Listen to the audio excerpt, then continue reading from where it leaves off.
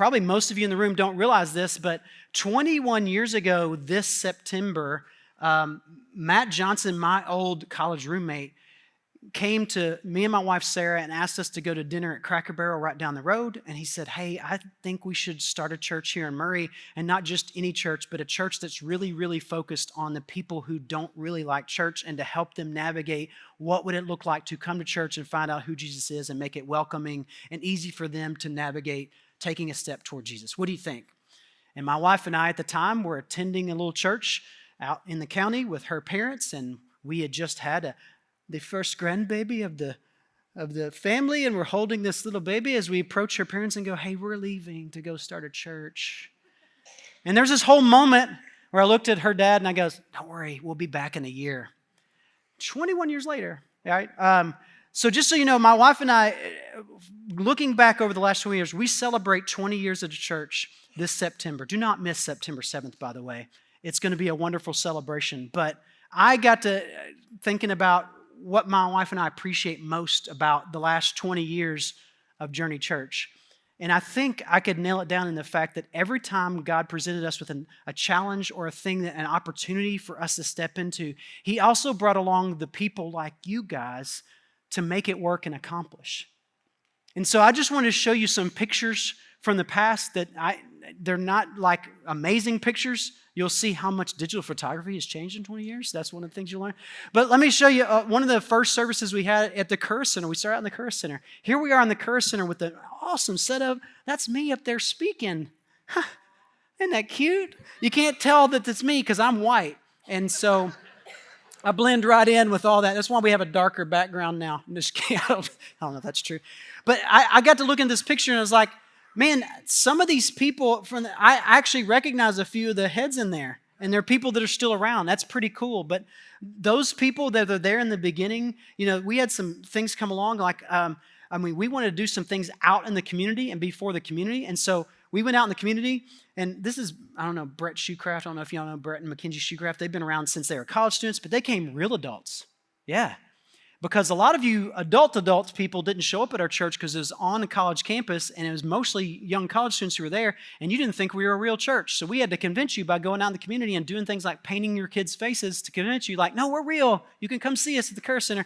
We had some real people come along, and then we had an opportunity to give away some coats to some kids at local school systems. So we collected coats and put them together in the Upper Kerr Center and organize them. We had people come along and help finance that, and then help deliver those coats and organize that and do all that. And that was amazing. And then this next picture is not of anybody else, but it's me and my kids when they were younger. But this is the reason I chose this photo is because at one point we actually had families coming, and the Kerr Center we had to rent every space that we could in the Kerr Center at one point. And so Chick-fil-A used to be our elementary area, but we realized for a mom coming for the first time with her kids, do you realize what she would have to do? Have you ever been in the Kerr Center? You walk in the Kerr Center, hey, drop off your kindergartner right here, and then you can walk up 2 flights of stairs and be a long way away from them. Like, that's a hard convince, right? So we had a whole group of people who made the first floor of that, and they joined in and made that feel like a really safe space, a welcoming space, a fun space. And this is a picture from when we did Father's Day with all the superheroes, and of course I'm a superhero to my kids. They think that now. Yeah. And then when we tried to get groups going, we were like, man, we need better to community. You guys, we just hired this guy as our high school and middle school coordinator, Mitch Holtman. That's him right there as a college student. Isn't that cool? Yeah, I know. So these people joined in, and I don't know about you, but this guy looks way older now. You guys know Root? Yeah, I know. I'm just joking. It's not true, right? See him in the suite after. That's Rudy Otway. You can't tell, but that's Rudy. And then we got an opportunity to actually does anybody remember Luo and buying canvases painted by kids from Nicaragua? Anybody remember that? Yeah, a few hands, right? So we took a group of people down to Nicaragua because we were supporting a safe house for kids who were basically neglected and abused, and we were supporting a school that was inside the city dump of Managua, there in Nicaragua. And so in that city dump, we were supporting a school, and people came along and bought canvases and sent money, and for people they didn't even know, right, to send it down there. So we took that resource down there. And then, guys, the Kerr Center, the parking was terrible, and the kids' space was just all over the place, and we were like, where else can we go? And we sat down one night. Look at little Matt Johnson. Look at that little face. And then, so we sat down in his living room one day and was like, where do we go next? And the CFSB Center. So we did this whole campaign. You guys, if you guys are around here, you may remember doing a seat for everyone. Remember doing that campaign? And we had to buy new equipment. We had to buy bigger screens. We had to buy bigger speakers because it wasn't going to work in that setting. And this was the setup in the CFSB Center. And what I love about this photo is the women's bathroom's right up here. You didn't notice it until I pointed it out, did you? But and I don't point that out because we're so amazing. I point that out because people, guys, we would not have made all these steps without you guys and people coming along to make sure it could happen, to reach the next wave of people. And then we thought, man, the CFSB Center, there's no kid space in it. We're using a loading dock for our middle school and elementary kids. We're using locker rooms for preschoolers. Like, this is not good. Nobody's going to bring their kids here except crazy people. Those of you who've been around for a while, you were crazy. So we were like, we've got to build a space that feels like it's safe. And COVID hit. But we did some outdoor services, we baptized some folks, and we looked at a bunch of you and said, hey, to reach the next wave of people, we've got to build a place. Can you help us build it? And some of you came along. And then since then, some of you came along since then. And I just want to help. This is why my wife and I love being a part of this church, is because over and over and over again, the opportunities that God put in our way, people came along to help us go to that next step, and without them, we could not have done it. Without you, we would not be here today reaching the people we're reaching now. And I just love this about our church. We've just never stopped trying to figure out how to stay focused on the people who are not here yet. That has been the challenge for 20 years. It's going to be the challenge for the next 20 years because all of us in this room, the tendency is to think about ourselves and who we are and what we need and not think about the people who have not come in the doors yet, who have not thought it's possible to come to a place like this, to experience what you've experienced with Jesus moving your heart and helping you realize what it is to surrender and yield. And so that's why we've been doing this series. The Acts of Us, all summer long, has really been about us realizing that the story of the first church, the early disciples in and around Jerusalem, and as they scattered out, what it looks like for them as they try to figure out what the story of God was asking them to do. And then listen, for us to continue that story. We are a part, the end of Acts is not done. We are still the church trying to figure out how do we keep spreading this message of good news about who Jesus is and what he's done for us. How do we become, remember what we are from Acts chapter 1, the very first week, he asked us to be, anybody remember the word? Witnesses. What? Well done, front row right up in here. Witnesses. Right? Just to be willing people to talk about the fact that Jesus has changed their life. He doesn't ask you to teach them all the things. He doesn't ask you to go out and do amazing things. He just asks you to be a witness to what God has done in your life and then to be partners with him in the work that he's asking us to do. Come along and be a partner with me as we do this throughout the whole world so we can let the whole world know that I have sent my son Jesus to die for them. He came back to life to offer them a new chance at living. It's amazing. Help me spread it. And then all it takes is just a little bit of surrender from us to yield, to surrender maybe some things that we don't even need in our lives, things that we're focused on that are actually pulling us away from the most fulfilling moments in our lives. And then to do this together as a church, as a group, as a unified group of people who are doing it together. This is the call of Acts. And this is the story we all get invited into. And this is what I want to help you understand. I'm going to give you the challenge question now. I haven't even done the message yet. Here's the challenge. You ready for the challenge for this week? Yeah, you are. Here's the challenge. Will you help us to reach our full potential as a church? Would you be willing to help us, whatever the next wave of opportunity is to help people connect to Jesus? Would you be willing to help us make that next step into reaching the people who are not here yet? That's the challenge of today. And how am I going to get there? Well, we're going to go to Acts and look at what they did. We're going to look at Acts, and hopefully today what I help you understand is that you really are needed. For whatever God is putting in our path as the opportunity of what's next, we need you to be a part of this movement in order to reach the next wave of people who are not here yet. And without you, we will not be our full potential. We'll still operate, but we won't be at full capacity. We won't be running smoothly. We won't be going just as far as we need to go without you. So we're going to start where we kind of ended off last week. If you wouldn't have been around, I'm going to catch you up a little bit of background over the last few weeks. But here's where I want to start the story. The story of Acts, the church gets persecuted. Let's read this part. Now those who had been scattered by the persecution that broke out when Stephen was killed. Remember a couple weeks ago we talked about Stephen was killed, right? It caused a great persecution to break out. Church people had to scatter everywhere, all over the place. They went everywhere. They got out of Jerusalem. A few little folks stayed in Jerusalem as a church there in Jerusalem to hide out and stay, but most people had to get out of town. And it was a terrible time. And they traveled as far as Phoenicia, Cyprus, and Antioch. Now, I know you don't know those places. I didn't know. If you know those places, awesome. Great job, history, geographic nerd. But I didn't know. I would kind of like, I think Cyprus. I think I know where Cyprus is. I wanted to show you a map because it helps me to kind of think about logistics and geography. So here's where they traveled. Jerusalem down here. Everybody's down here, scattered. They end up in Cyprus. I'd like to be a missionary to Cyprus. Looks like a great island. Phoenicia's over here, and Antioch's way up here. I know that's not super clear, okay? But if you can see those cities. Now, Antioch, that's 300 miles to Antioch. You're like, 300 miles isn't that far. We could drive that in no time.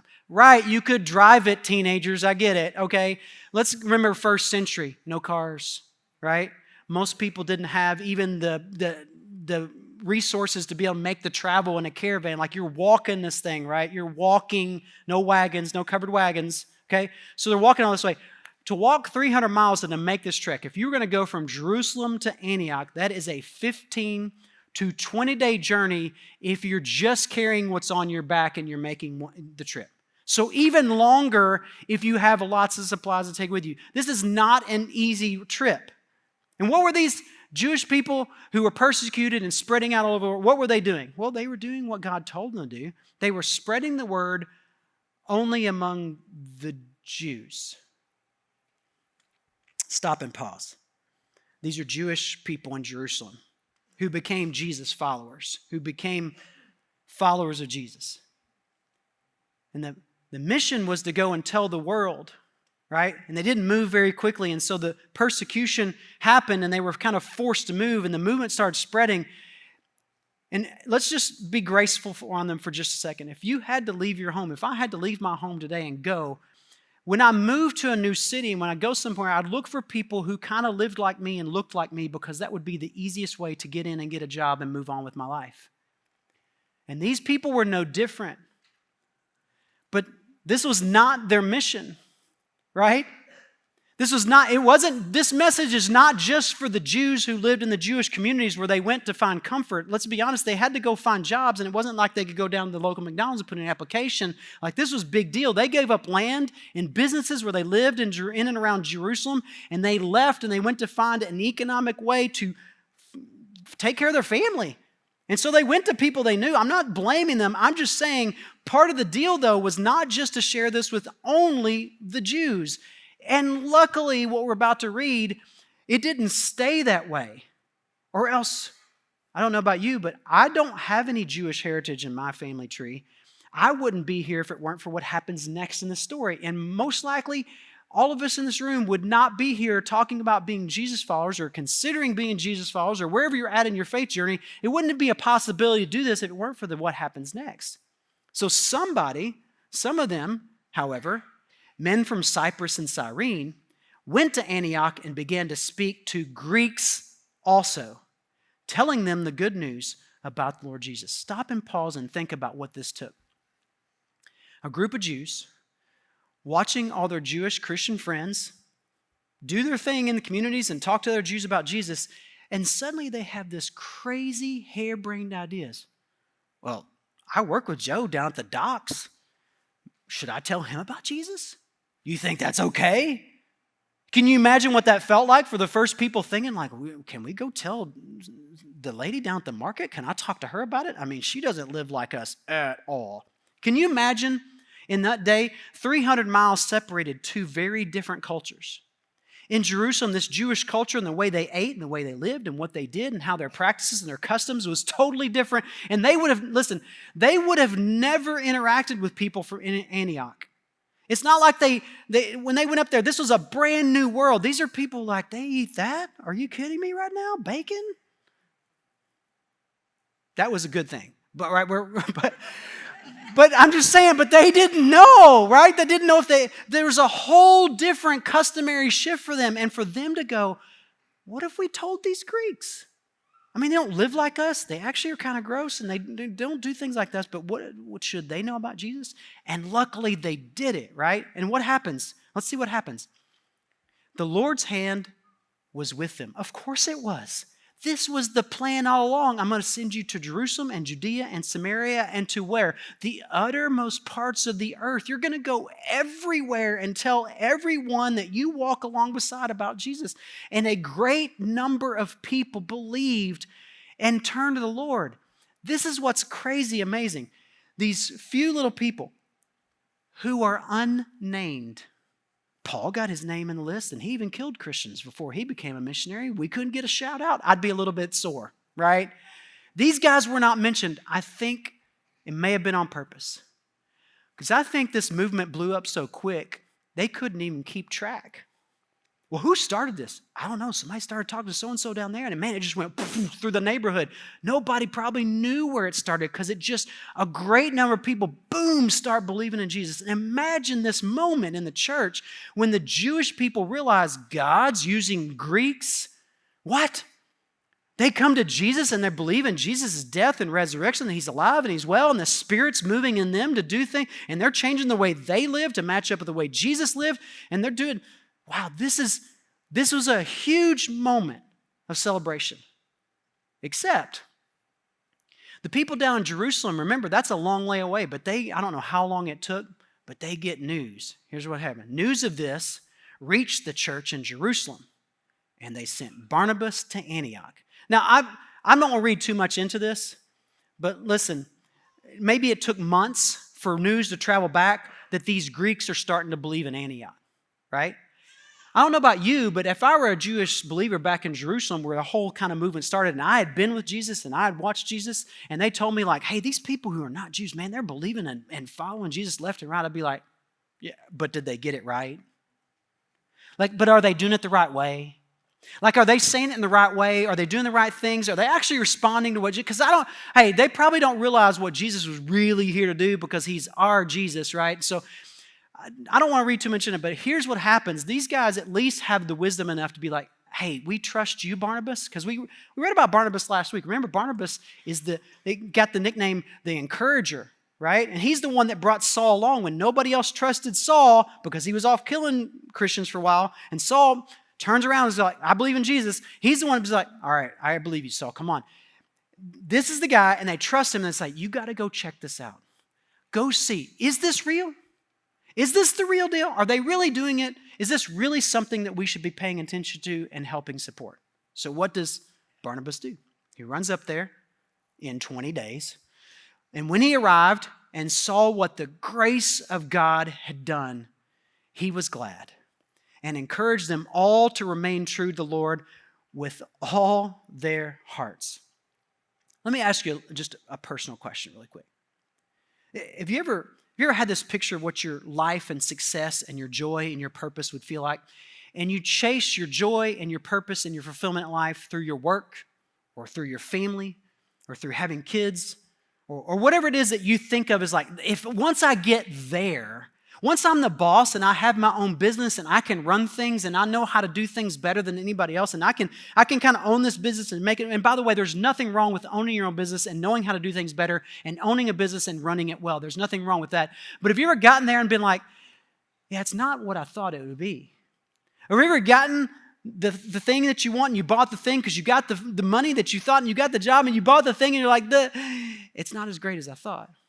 Have you ever considered the fact that because you were created by God, you were called by God, and you're worked into the story that God is telling, have you ever thought about the fact that maybe the most wonderful, fulfilling, purposeful moments will be found when you step into where God is already at work and you didn't have to do anything for it?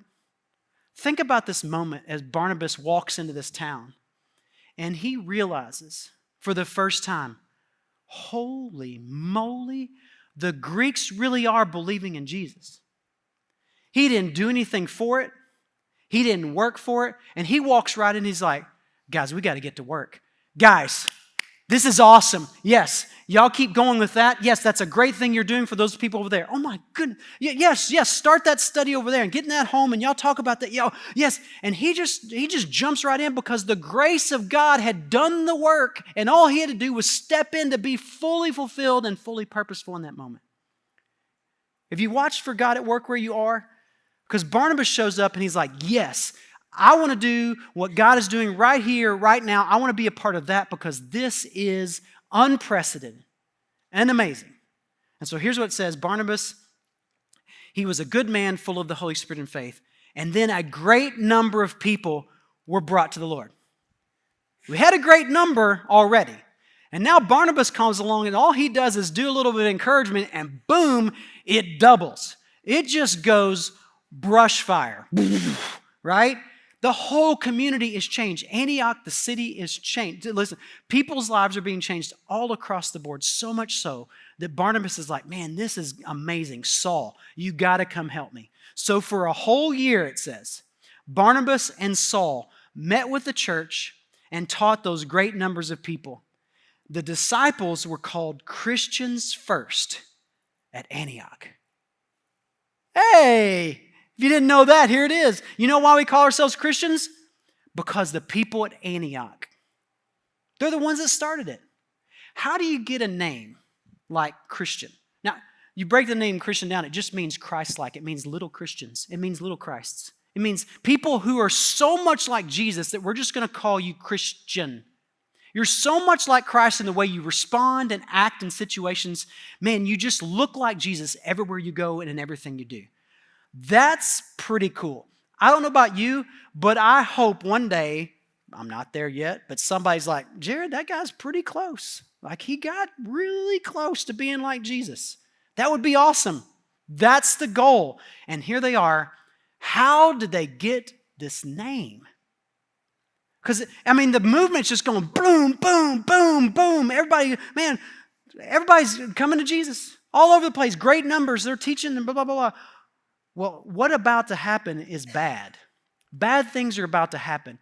But it's the way the early Antioch Christians, full of Jews and Greeks combined together, respond that makes all the difference in the world. Watch this. During this time, some prophets came down from Jerusalem to Antioch. One of them, named Agabus, stood up and through the Spirit predicted that a severe famine would spread through the entire Roman world. And this happened during the reign of Claudius. And Luke drops in this little nugget for people to be like, hey, you remember that famine back in Claudius' day? Remember how bad it was and all over the region? It wasn't just one little location. It was all over the whole place, the whole Roman world experience. Remember how bad that was? This is how the Antioch people became known as Christians, because when this thing started to happen, they did something nobody else did and nobody else thought to do. They asked different kinds of questions. And here's what they asked themselves. Who will need our help? And how can we help? Yeah, they asked the questions. In this moment, they're asking the questions. How?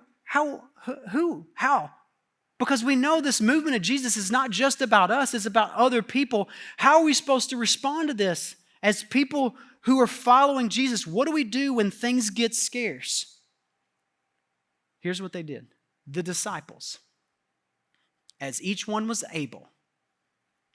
First of all, we're not talking about the disciples down in Jerusalem. We're talking about the disciples. They called the disciples, these people who are following Jesus right here in Antioch, the disciples, as each one was able, decided to provide help for the brothers and sisters living in Judea. Do you guys remember where Jerusalem is located? Where's Jerusalem located? In the area of Judea. Here's what these Antioch followers of Jesus did. Hey, you know the doubters down there in Jerusalem? We don't really care about them. We don't care about them at all. In fact, this famine's coming. Let's take care of our own. Let's make sure that we have enough in our basements and our closets. And so when everybody else dies off from this famine, because famine really killed people in those days, when those people die off, at least there'll be those of us here who still believe in Jesus. And then once the famine's gone, we can have this perfect, wonderful Jesus community right here in Antioch because we're the ones who survived. And let's make sure, it's sad that those other people are going to die and they're going to go, but let's be honest. Let's take care of our own and make sure we got enough to make it through. No. I don't know about you, but this is when this becomes real to me. And we're reading this story and I'm going, if this happened right here, right now, how would I respond? Would I be willing to ask, what can I do and who needs my help? Or would I be focused on just me and mine? And these people were first called Christians because they did what they were able to do for the people they would never meet and would never know. They sent money and resources, and I said it took 15 to 20 days to get to Jerusalem. That's if you're walking with a pack. What would it take to send enough grain, supplies, seed, tools, whatever it took to make sure that the people in Judea had what it took to survive a famine? How long do you think it would take to move those kinds of resources without a train, plane, or automobile? You ever thought about that? This was a months-long or year-long commitment of sending help. And it's not that they didn't take care of their own families. It's not that they didn't look around and be like, hey, we got to make sure we can eat too. But they also looked and said, hey, I might have a little extra here. I think they're going to have it worse off than us. Maybe we should put aside this much to send down. And in their wisdom, here's what they did. This they did, sending their gift to the elders by Barnabas and Saul. Hey, Barnabas and Saul, Jerusalem Christians sent you guys to us, and you have helped us so much. You've made such a difference and encouragement to us. In fact, we didn't know if we were getting it right. I mean, this whole Greeks becoming believers things, we weren't sure it was going to work. We didn't know how to navigate it. And you guys have encouraged us and supported us and taught us how to do this. And listen, as a thank you, can we send you guys back with the food that those people are going to need to make it through this famine that's coming? Can you send this gift to us? And people all around said, that is what Christian looks like. Let me ask you this. Do you think we as a church, do you think we would be able to fight this gravitational pull that everybody feels to be insider focused? Do you think we could fight that? Because one of the things my wife and I said earlier, love about this church so much is that we haven't focused on what we need and what we want most as a church. We've tried to continually turn and make sure that nothing pulls us just to ourselves, but we always look out and try to figure out who needs our help and what can we do about it. What are we able to do? I don't have a magic wand or a miracle to happen, but what if we all together could figure out how to help those people over there? For 20 years, you know what we've tried to be? Jesus-centered, others-focused, outward-facing. Everything you do here is about pointing people to Jesus. That's never going to change. Everything we do here is trying to make sure that we stay others focused. We are for this community. Out there, out where, there's people around this whole world. Guys, Matt's told you before, we have a connection with a church in Andover, England. We're starting to get a connection with a church in Brazil that needs help. There are places all over this world that need help from somebody. And I'm not saying we can do everything for everybody, but what if we just continue to be Jesus-centered, others-focused, and outward-facing so that we don't just get caught up in what we need and what we want, but what out there could we do for people we never know and never meet? My biggest question for those of you sitting in this room, if you're not engaged in the mission of what we're doing, would you just pray about and consider the fact that we need you to go to the next opportunity? Those of us here cannot do this alone to reach the next wave of people who are not here yet. And there are people in all kinds of counties around this area. Do you guys realize we have people drive from McCracken, Graves, Henry County, Trigg County, Marshall County? It's not that me and Matt are amazing, okay? I promise you. You can watch way better people on YouTube any Sunday you want. Let me tell you what the difference is. The people who make the kids' area work, the parking lot work, the people who tell their neighbors you should come because Jesus has changed my life. There are places around here that we can reach. So my challenge for you finally is this. Here's what my hope is. That 20 more years from now, we all look back as a group, and there's people that aren't here yet sitting beside you 20 years from now that you can look back and look at and go, hey, I'm so glad you're here. Because a group of us decided to go do blank in your community. And it's not because I want you to applaud me. I just want you to know that I'm so glad to have partnered with what God was doing in your life, and I was glad I was there to have you get here. Because together, I hope we choose to trust God, do what He asks us to do as a church, and then leave the rest to Him. Leave the rest to Him. I don't know what impact it'll make. I don't know what God wants to do by doing blank, blank, and blank, whatever's next. But I know this. I do not want to miss out on showing up in Antioch, having seen what God can do and going, yeah, I'm good. I'll go back to Jerusalem. I'm good. Hey, good job, guys. I'm out. I want to show up in Antioch and be like, God's doing this here? I'll see what I can do. Maybe all I need to do is clap a few hands, be like, y'all are doing a great job. Keep it up. Keep it up. Maybe I need to send a few resources to people who don't have any. Maybe I need to come alongside some folks and teach them what they do not know about the Bible so they can keep getting better and better at it. Whatever it is I can do to join in what God is doing, I want us all to do that together so that we don't miss an opportunity to see God move in our community and continue the book of Acts right here in Murray, Kentucky. Let me pray for you. Father in heaven, would you just give us the courage to face what it is you're asking us to do as a church? Would help us to bond together and step in obedience. God, for our neighbors and the people who are not here yet, God, would you help us to notice them, to listen, to ask, to just be involved where you're working. God, would you help us to be aware of the number of people who still don't know that you love them? And as a church, God, whatever you bring our way in these opportunities around the world or locally or nationally, God, would you help us to figure out and ask the question, how can we help? What can we do? Who needs us right now? And God, I pray that we would respond like those people in Antioch so that people would look at us and say, those people are real Christians. And I pray this in Jesus' name. Amen.